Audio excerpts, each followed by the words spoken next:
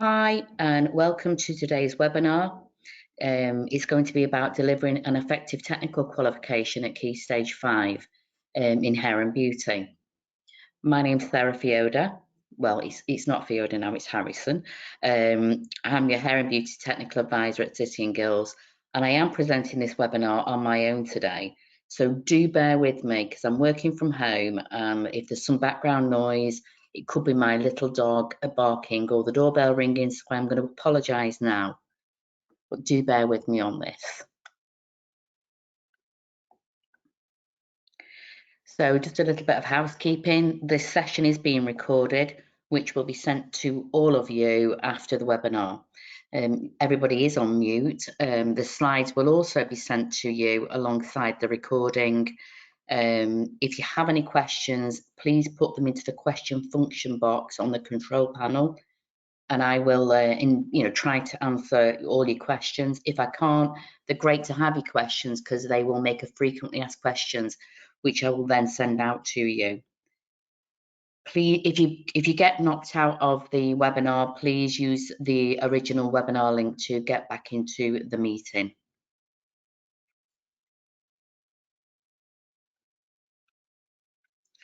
So let's take a look at the agenda. So we're going to look at the most important sort of webinar stroke video that you need to look at is the first steps video.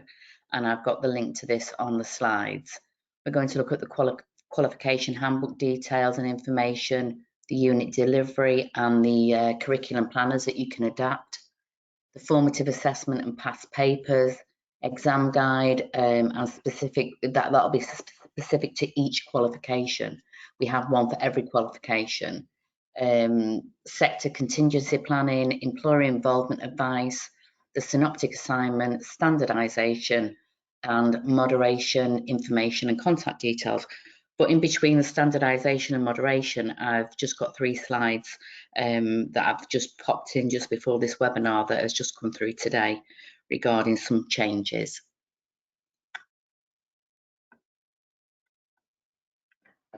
So this is the slide I am talking about, the first steps video.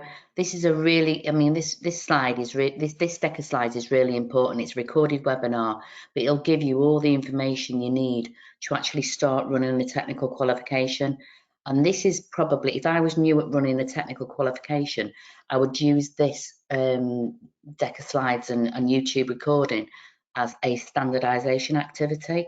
I'll probably send it out to all my staff and then do a few questions on that, or get them to come back with questions that they have regarding technical qualifications. So we are now going to look at the qualification handbook. This is obviously your teaching syllabus. So the qualification handbook is packed with information, and it gives you an introduction to the qualification itself. It tells you what the qualification is about. It gives you the qualification structure and total qualification time, and all the assessment requirements needed for this qualification and employer involvement.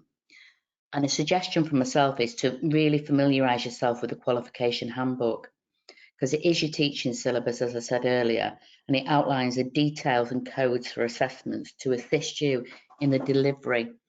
There are helpful areas in there, like I said, the test specification, grading criteria, but you'll find information on moderation, standardisation in this document. But I also suggest that you work with the qualification handbook and also the exam guide on the delivery, because it's really, really important for that exam. And you'll become more aware of that as I go through this presentation. So when you think about the handbook, think about the exam guide. Those 2 documents will sit together and they will be your Bible for the year, because you've got to get them through the synoptic and you've got to get them through the written exam. So you can download the synoptic assignment from September, so you can get that now. So for me, the 3 most important documents would be the handbook, the exam guide and the synoptic, because you will teach to the synoptic and you're also going to teach to that written exam. Even though your handbook, everything in pink has got to be taught, there are only certain things in that handbook that will be tested. So not every unit's tested, and not every learning outcome's tested, and not every topic is tested. And I'll come to that later on. So let's take a look at the curriculum planners, and they are adaptable. So we're going to look first at the qualification and how it's broken down into units. And I've taken an example here from the level 2 diploma in beauty therapy. And as you can see, you've got, your 9 mandatory units and 3 optional units. And all you have to do is one of the optional units, but all mandatory units need to be taught. And obviously, you will be assessing them in your mocks as you go along. But what I'm going to make you aware of now for this, when we look at the exam guide, is that there's 2 units that are in the mandatory units that will not be in the exam. And they are 203, hair removal treatments, and 209, apply makeup. They won't be in the written exam because the exam guide tells you that. The optional units, you do have to do one of the optional units, and probably one of the best optional units to do is 212 Introduction into the Spa Industry, especially if your learners want to move on to level 3 or work in a spa. This is a theory unit, and it is a really lovely unit for them to do. You could do male skincare and spray tanning as a college certificate for those high achieving learners at the end of the year, but that is down to you. The total qualification time is 720 and the guided learning hours are 450. So this is your curriculum plan. And this is a really, really good tool to use. It really does help you with the delivery of any technical qualification. We have an editable version for you on the website. All the weeks are shown in teaching weeks with holidays and half terms taken into account. But please note that there may be some regional differences for holidays. So I've put a link on this slide for you to download this planner. For beauty therapy, we do have exemplar planners on our key information page. So that's for level 2, 3, beauty, nails and media makeup. I am trying to source where the hairdressing and barbering adaptable planners went to, but this is your main one that you would use, and I would use this alongside your scheme of work because it'll tell you everything that you need to do and when you need to do it by week. So it's a very, very informative little document that I'd have in the front of my course file.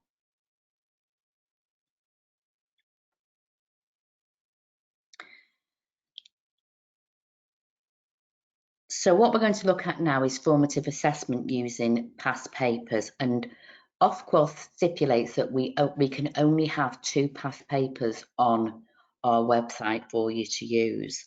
So we do have 2 past papers for all technical qualifications on our website.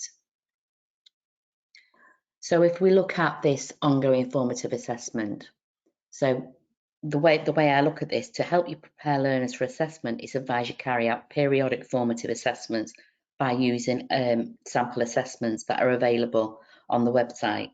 So if you go into the search bar, just enter the 4-digit qualification code, either 6002, 6003 or 6010, and that'll take you right down to that qualification page. We also have our smart screen materials that cover and map to all the technical qualification criteria, and that'll help support your delivery. And we have on the enhanced smart screen, obviously that is mapped to the technicals. We have all the videos that are there on the smart screen, and those videos are really, really good if you're doing a back massage and you've done it one area and you've had a couple of learners that weren't in that day and you can't go back on your scheme of work to show them. It's good to get them to look at the smart screen video, and then they can they know exactly what to do. But also the smart screen videos won't allow them to move on until they've answered certain questions. And I think again it's really good to have those videos up in the classroom while you're teaching them, obviously with the sound turned down, so they can see the posture, the rhythm and flow and the methods being used. I would suggest you set periodic centre assessments, which I would call a mock-tical practical exam, if you like, or a practical assessment. And for me, if I was doing the synoptics here, it would be, my first mock would be after half-term October.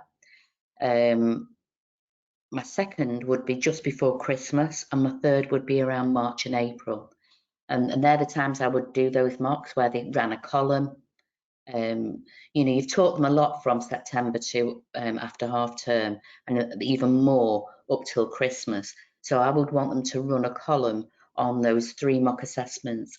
And for myself, I would be using the practical observation form with all the assessment objectives on there, and I would keep that as an individual learning plan for them, and I'll move on to that when I come to the synoptics, but it's just a little hint and tip of what I would do.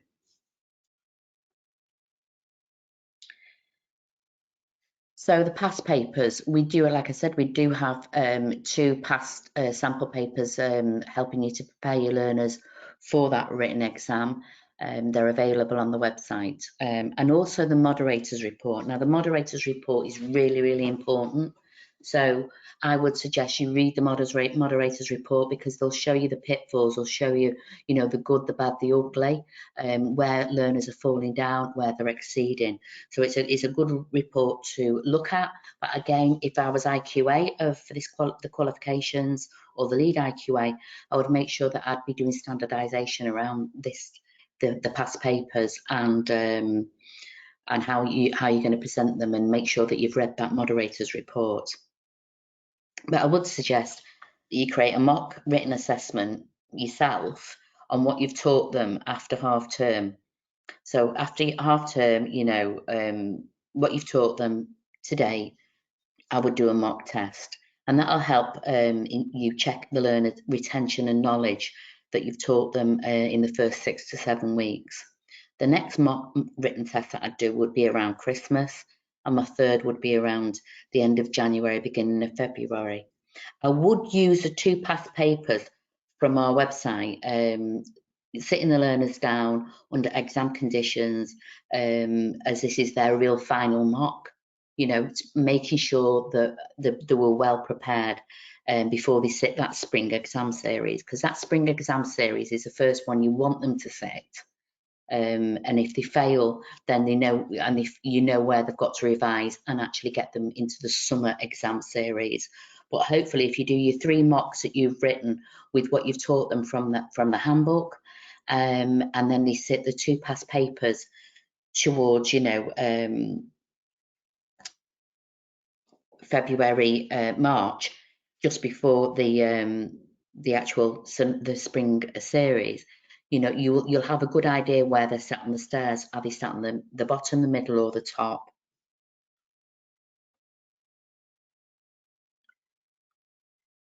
So we're going to look at the information and exam guide specification relevant to the subject area, and I can only use one subject here. But if anybody wants me to come into the centre, or they want to do a Teams meeting with me, then and go through this, then that is no problem. I mean, this is just a webinar, just sharing some information for you. So the exam guide, like I said, this has got to be your little Bible with your handbook. So it's a valuable document to read, and I'd suggest that you use the exam guide alongside with your qualification handbook, as these 2 documents will support you when you are writing your mock exam questions, but also it'll help you get to the end product, which is that spring and summer series exam. So if we take a look at the level 2 beauty therapy exam guide, it shows, as you can see there are 7 units that will be tested in the exam. So unit 203, which is waxing, and 209, which is makeup, will not be in the exam. But you've got to teach them everything. Now, for myself, I know that the waxing is going to be seen on the synoptic assignment, because we're not going to ask questions about that, because what we're going to do is ask questions in the anatomy and physiology on hair growth and hair cycles. So that's where you're going to pick up the knowledge from waxing. Whereas makeup, again, is very subjective, and that'll be seen on the day. So there are only 7 units that are going to be tested.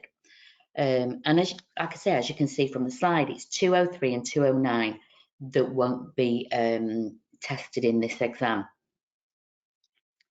Like I say, the moderator will see these on the actual day of the synoptic. And I know she only sees a sample, but that's all she needs to see. So my suggestion is you need to drill down into the handbook using the exam guide. Now, I've put an example here for Unit 202, the Principles and Practice for Beauty Therapists. This unit has 4 learning outcomes, but as you can see on my slide, there are only 3 learning outcomes that are going to be tested. Learning outcome 202, learning outcome 2 is not going to be tested because that's another outcome that the moderator will see on the day. So if we look at this, the first one is to understand working practices and relevant legislation. Obviously, that will be tested. Learning outcome 2 that will not be in the exam is understand professional beauty standards. Now, we know what beauty standards are: the way they look, the way they present themselves, the environment that they're working in. The moderator will see that on the day, so don't put too much emphasis on it if it's not going to be in the exam. There's no revision needed on that. That is all practical. Learning outcome 3 is understand communication process, and learning outcome 4 is understand the client journey. So like I said, only 3 learning outcomes will be in the end of year written exam. But each unit has a topics, and this unit is broken down just like this, and I'll go through this with you now. Learning outcome 1, there's 2 topics in learning outcome 1, as you can see, 1.1 and 1.2, and both of those topics will be in the written exam. Learning outcome 2, understand professional beauty standards, has 2 topics. Those topics will be seen on the day of the synoptic assignment, whether the moderator's there or you're actually doing that synoptic. You will see it then. Did they meet that criteria? Learning outcome 3, understand communication process. This has 2 topics, but as you can see from the slide, we've got 3.1 and 3.2. 3.1 is communication methods. You will see them communicating with the client. So we're not going to ask any questions on that communication. So here we've got 3.2, questioning techniques. So we will be looking at questioning techniques. Are they using closed questions or open questions? So as you can see, when you're going to do your revision, you're going to home in 1.1, 1.2 for learning outcome 1. For learning outcome 3, you're going to hone in on 3.2. Now, if we take a look at learning outcome 4, so learning outcome 4 has 3 topics, but you can see here, there's only going to be 1 topic that's going to be in the exam.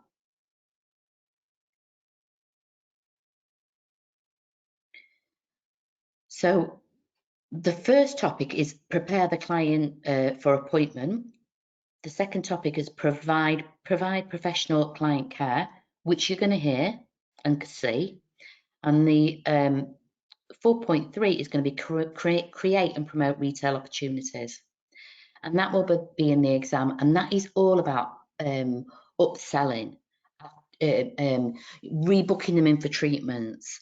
So if you hone in on that 4.3, creating promotional retail opportunities, you need to make sure that you write questions around that learning outcome, because that will be in the written test.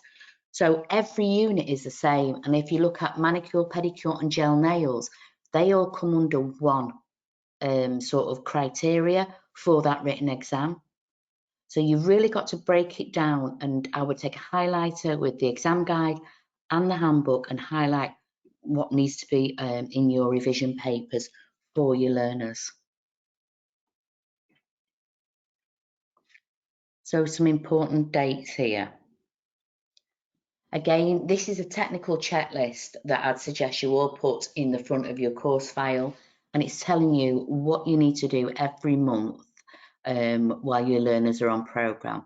So it tells you right from the 5th of September when you're registering your learners right to August when they will be certificated or they'll get their results.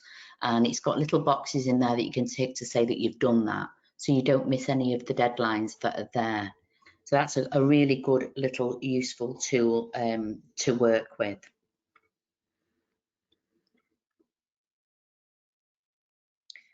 Let's take a look at employer involvement.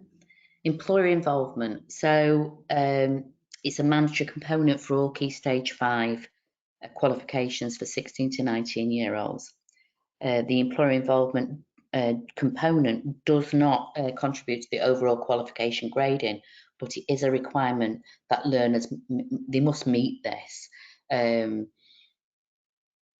It will be subject to external quality assurance by City and Guilds, but in order for you to meet the employer involvement component requirements, centres must provide evidence that all learners have been involved in meaningful employer involvement activities.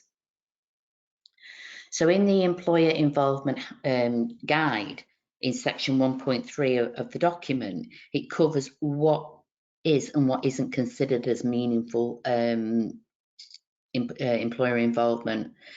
So centres must record the range and type of employer involvement for each learner's experienced, and records must be available for external quality assurance by City and Guilds upon request. So you could have a product house coming in to do some CPD with your learners. You may also have employers coming in and doing some of the mock assessments with you and feeding back to the learners, what they say. Obviously, we do have the employer centre guidance. As you can see, we have a planner and tracker that you can use, and we also have an exemplar planner and tracker.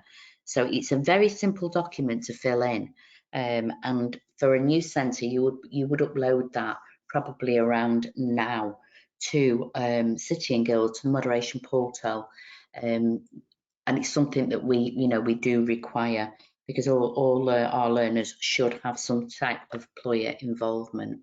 And this is what the tracker, the exemplar, looks like. Like I say, it's a spreadsheet, it's quite easy to use. You just give the qualification number in there, the employer, the contact name, their telephone number, their email, what's been planned.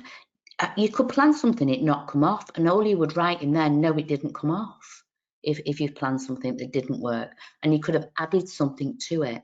So if this isn't set in stone, it's a working document, but we would like to see at the beginning of your course that you have planned that involvement, that employer involvement in for your learners. So let's take a look at the preparation for the synoptic assignments.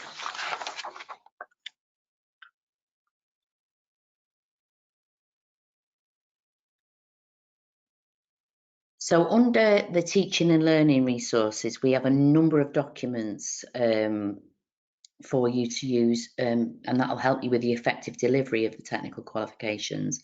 And they provide essential guidance and information for delivery, assessment, administration of the qualifications. You'll find key documents for 22-23. So we've got the welcome pack, the checklist, the exam timetable, teaching, learning and assessment guide. Now the teaching, learning and assessment guide is a must. That document really does help you, because you're not teaching a VRQ or an MVQ. You're actually assessing holistically, and you're assessing there against 5 assessment objectives. And it's about knowing those assessment objectives, what you're looking for, and it's about allowing your learners to know what those assessment objectives are too. You'll find the employer involvement and marking and moderation guide there. There's lots more on there, all interesting information. So please familiarise yourself with this technical page, where you can get as much or as little information as you require. So every year we ask centres to take a look at the synoptic assignment. So from the beginning of September, we put the synoptic assignment on the website, and we ask centres to take a look at the synoptic assignment brief, and use the form that's attached to give us feedback on the brief. Not many people in hair and beauty actually do take a look at the brief prior, and by the time they come to me and ask me loads of questions about the synoptic, the deadline's closed, and they've not really got a handle on that synoptic. So every year, make sure you go on, have a good read through that synoptic assignment. If you don't understand something, fill the form in, and myself, the moderators, will come back to you and help you with that synoptic. But your feedback's really important to us.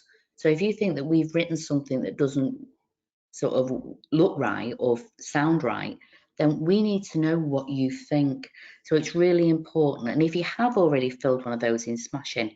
And if you've not, look for next year, and please, please really, really look at it and say, do I understand that?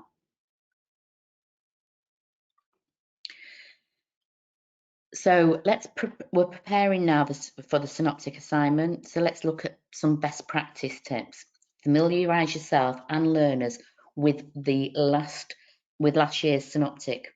That's really important. They're not password protected, so any savvy learner could go onto our website and take the exam guide off there, not password protected. The exams, not password protected, and the synoptic, which isn't password protected. So, make sure you're sharing, the past papers with your learners, and get them to look at the structure, the layout, the timings, and that marking criteria. The marking criteria is really important, because if you look at the end of the synoptic, it goes into landscape, and we've got the marking grid there with band 1, 2, and 3. And we've got the 5 assessment objectives down the side. Now, a band 1 doesn't mean a pass, a band 2 doesn't mean a merit, and a band 3 doesn't mean a distinction. We don't know that till next year, because it's taken across the whole country. So if you've got a learner in band 1, say you're doing a mock when you come back after half term in October, and your learner's in band 1, you need to sit with them with your PO form, the practical observation form. Sit with them with a date in each of the assessment objectives. And if you've put them in a band 1, you've got to try and get them by Christmas into that band 2. Band 2's safe, band 1 isn't, because if everything's in band 1, they'll fail. But we need to get them into that band 2. And what I'd be doing then at Christmas, when they came back in January, I'd be sitting with them on an individual tutorial and going, right, okay, so we got you from a band 1 to a band 2. You're in a band 2 now, but you're in the middle of a band 2. We either need to get you to a high band 2 or into a low band 1, or even a high band 1. So it's really important that you use the practical observation form alongside your marking with them. So again, run the learners, do the mock. You've got those 3 mocks, the October half term, before Christmas, and around March, April. Mark and standardise as an assessor and quality assurer. It's great for that sort of exercise. So when you're doing your standardisation, if you'd actually do that in October, and you've got your practical observation form, you go to your moderator or your internal quality assurer, and you talk about what you've seen in each band.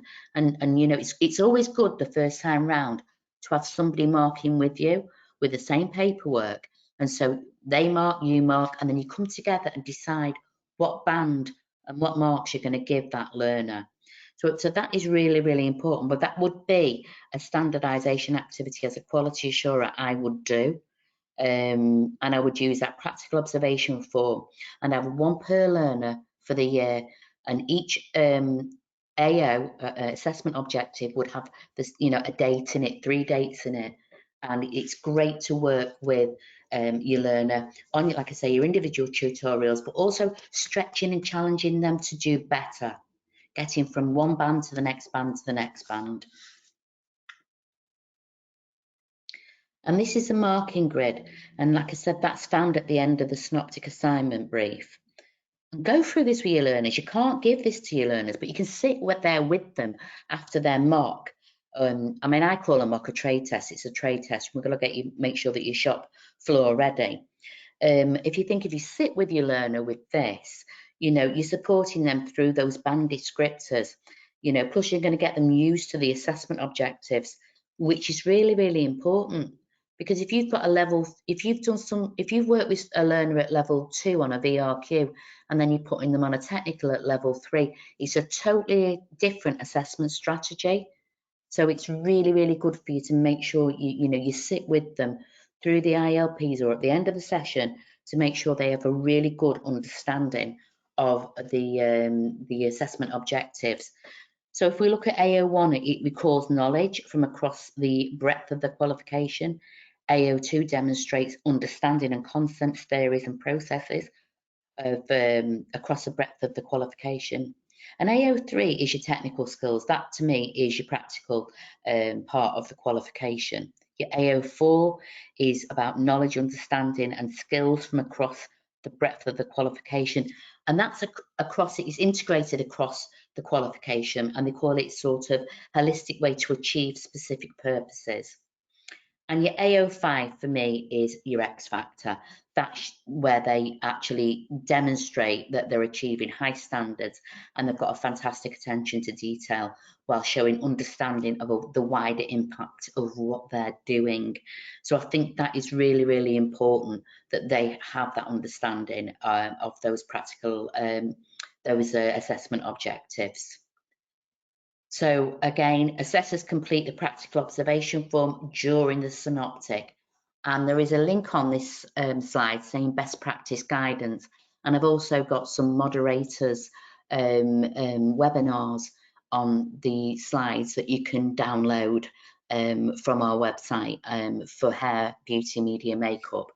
Where the moderator's gone in and done a synoptic and they've given best practice and what was good and what wasn't so good. So I would definitely watch those as a part of your standardisation and document all your standardisation meetings that you have for the moderator when they come in, and also for your internal quality assurer.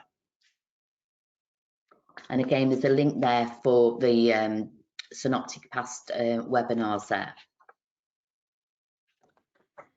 So now if we look at the standardisation, I have been talking about standardisation throughout because I think it's really, really important. You know, that internal standardisation is vital in ensuring that you are marking the synoptic assignments in a consistent, reliable and accurate way. And the reason being that when centres marking isn't standardised, the moderator could come in and increase the marks or actually lower them. So again, here it says there is an increased risk that the moderation process will result in adjustments being made. And you don't want the adjustments being made, because when a moderator comes in, if you're all singing from the same song sheet, they know that there's standardisation gone on within your centre. So I think that's a really key point, that, you know, that standardisation, you know, that would be 3 times a year. Well, number one, my first standardisation would be with the people who are working on the course, making sure that they've got all the documentation that they need, and if do they have any questions. The second one would be after half term October. The third one will probably be January after the synoptic in the December, and the third one would be March, around March time, April time, before they go in for that full, you know, that full synoptic. So, you know, they're the times, they're the 4 key ones for myself. The 5th one would be at the end of the year, you know, and I'm going to review how the year went and what could we have done better, what worked well and what didn't. So it just shows that you're all singing from the same song, or the same page, if you like. So here we have the standardisation of the synoptic. Assessors mark the synoptic. Centres, the lead, you centre lead assessors, IQA standardise the marks on completion. It's so important. Marks are adjusted if you think they should be. You need to fill in for every learner a centre standardised, for yourself, sorry, not for every learner, for the centre, a standardisation declaration form needs to be completed, and marks are submitted to Sitting Guilds for moderation. Based on this sample is based on the size of the cohort, but I have got some information on that's going to come into the last couple of slides, because that's just come out today. And if I've got your email, I've probably sent you an email today with some changes.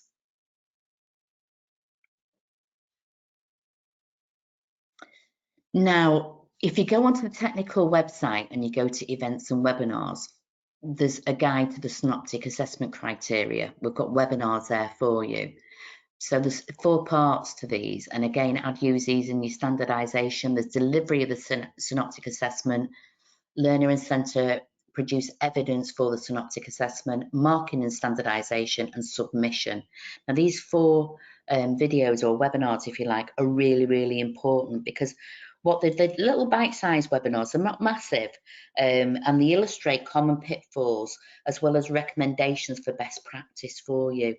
So again, if you have a look at these, that they really, really are invaluable for that effective delivery of a technical qualification. But in hair and beauty, we've been really, really lucky. Some industry areas haven't been as lucky as us, because our moderators wanted to share best practice.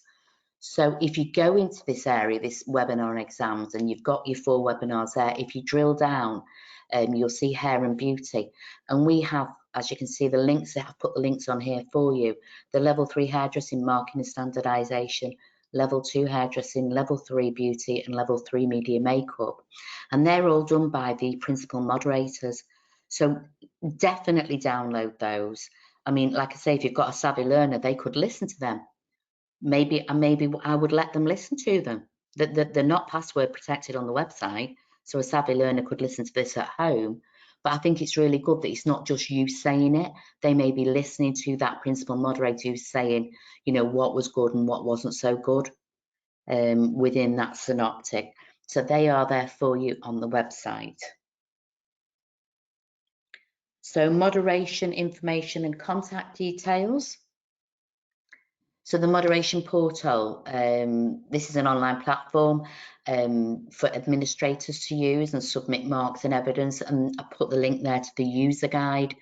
Probably around about February, we do have, we have done in the past, and I'm sure we're going to do it again this year, is anybody in exams or MIS are invited on a sort of training session to use that moderation portal.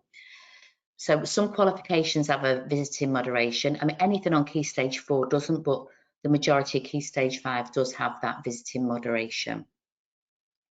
So the requirements for uploading evidence, you do have to put your synoptic assessment brief up there and all the information. Now, what I would do, if I'm thinking about how I would upload this, I would not want to upload loads of bits of paper.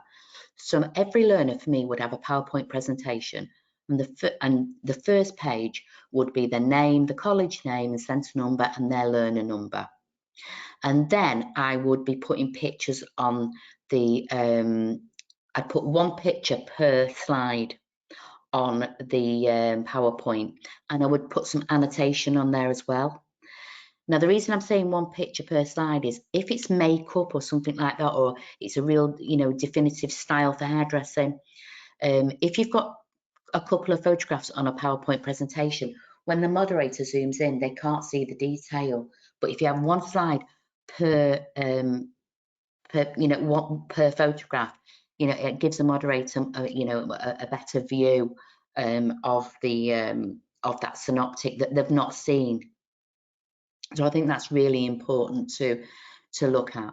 Again, as we say, there are 2 possible outcomes. Centre marks will be accepted or centre marks will be adjusted. So it makes sure that you're all marking within the same boundary, because that is really, really, really important.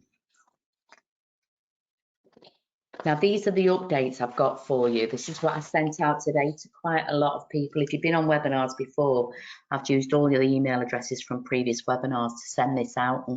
And if you signed up for alerts at City & Guilds, you'll have got this today. So it's changes to submission dates. So in order to implement amendments for external quality assurance for centre assessment components, we need to revise these submission deadlines.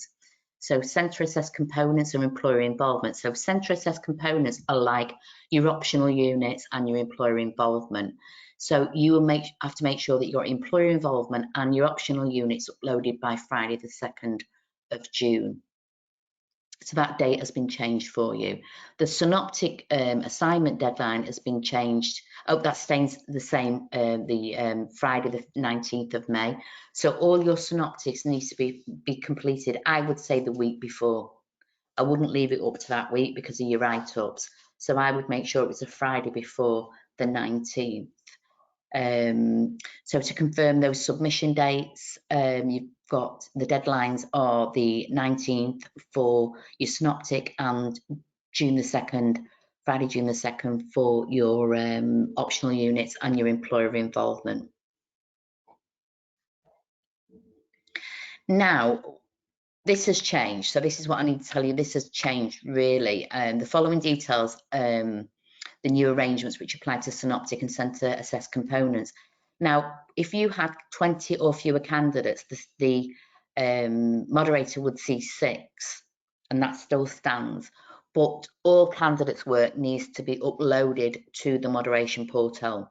So the moderator comes in, she sees 6 learners, straight away you fill the practical observation form in on the day and then the candidate recording form, and those 6 get uploaded to the portal and the moderator checks them. But then you're expected, if you've got 10 in that group, you're expected to upload all 10 of their synoptics. So the sample should continue with the highest, lowest marks as we do. You know, don't miss anybody out there, but that's the type of sample size that we'll be looking at. And I'll have more information on that. And obviously I'll send that out in the newsletter. So again, for centre assessment components, they'll be changing the sampling arrangements from this summer.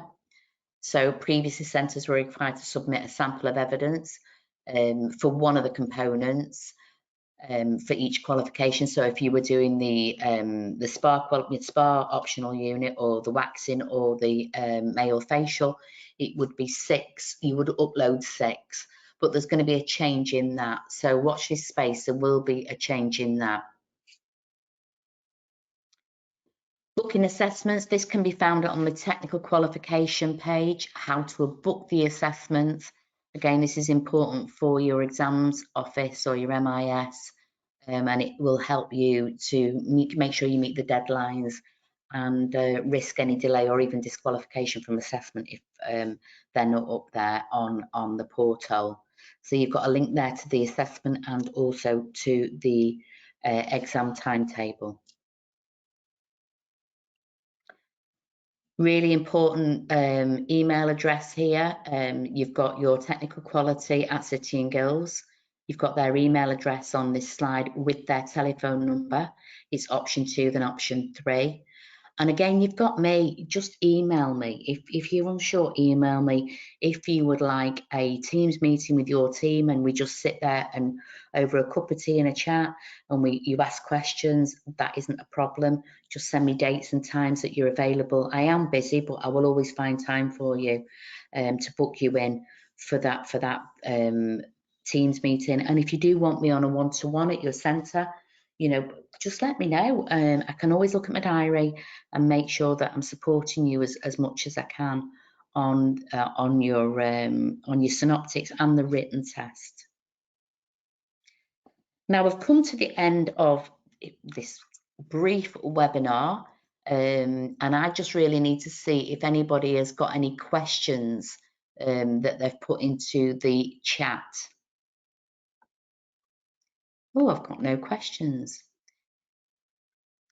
Can you put your hand up if you're happy with what I've just delivered to you?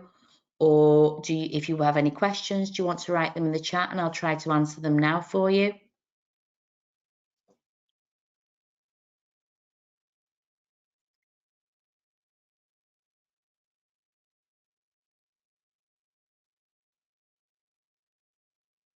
Because I can't unmute any of you, which is unfortunate.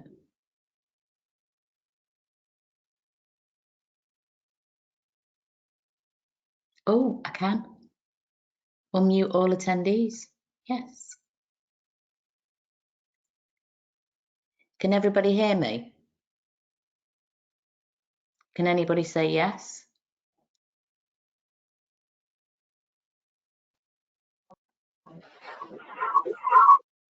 Aye. We need one person to speak at a time if anybody's got any questions for me, or if somebody wants to put questions in the chat. So yeah, Amy's got a hand up, Claire's got a hand up, so you can hear me. Yeah, Melanie as well. Wonderful. I don't know how it's going to work because I've never done this before. Catherine as well from the Wigan Lee crowd are in, so that's great. I used to be your EQA. Yeah, so if you want to ask me a question one at a time, then you just go for it. Amy?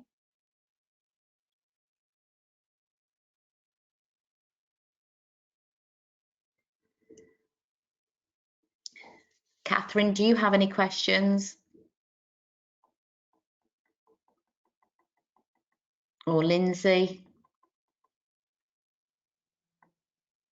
Looks like nobody has any questions here for me. Hi. Hi, yeah, no, happy with everything, thank you. It's really good. Oh, brilliant, brilliant, super duper. It's great this. I didn't realise I could unmute you. I'm learning all the time. I'm not tech savvy, but I'm learning all the time. But yeah, I just want to say to everybody, thank you very much for today, you know, coming on the webinar. I will get this turned into an MP, to a YouTube file, and I'll send it out to you with a copy of the slides. But do reach out to me, you know, I can come in, you know, we can do Teams meetings, you know, and it will just to support you, because they're great qualifications. They really, really are. But I think we get feared of them because, you know, we're not used to them. We're used to VRQs and MVQs. And I'll be honest, if I was in college now teaching, I would have technical learners in the same class as VRQ and MVQ learners, because there is only one way to do a manicure. There's only one way to cut a bob. You're not going to teach in a VRQ class and go, oh, well, I'm going to teach this way in a VRQ class and this way in a technical class. You're going to teach the same. It's just the assessment strategy that's different. But another tip I think I would do if I was back in college, my VRQs would have those three, exactly the same three assessments, mock assessments that the technicals would have, because I want them to be shot ready, you know, and some won't ever be, and that's fine, but some will be. And they're your technical qualifications for your level 3. So it's just food for thought. But if nobody's got any questions, then I'm going to give you some time back because it's about 10 to 5. I just want to thank you all for being here today. And, you know, we're all in this together is what I'm going to say. We're all in this together. You know, I want it to work as much as for you, as much as you do. So don't be shy. Please make contact.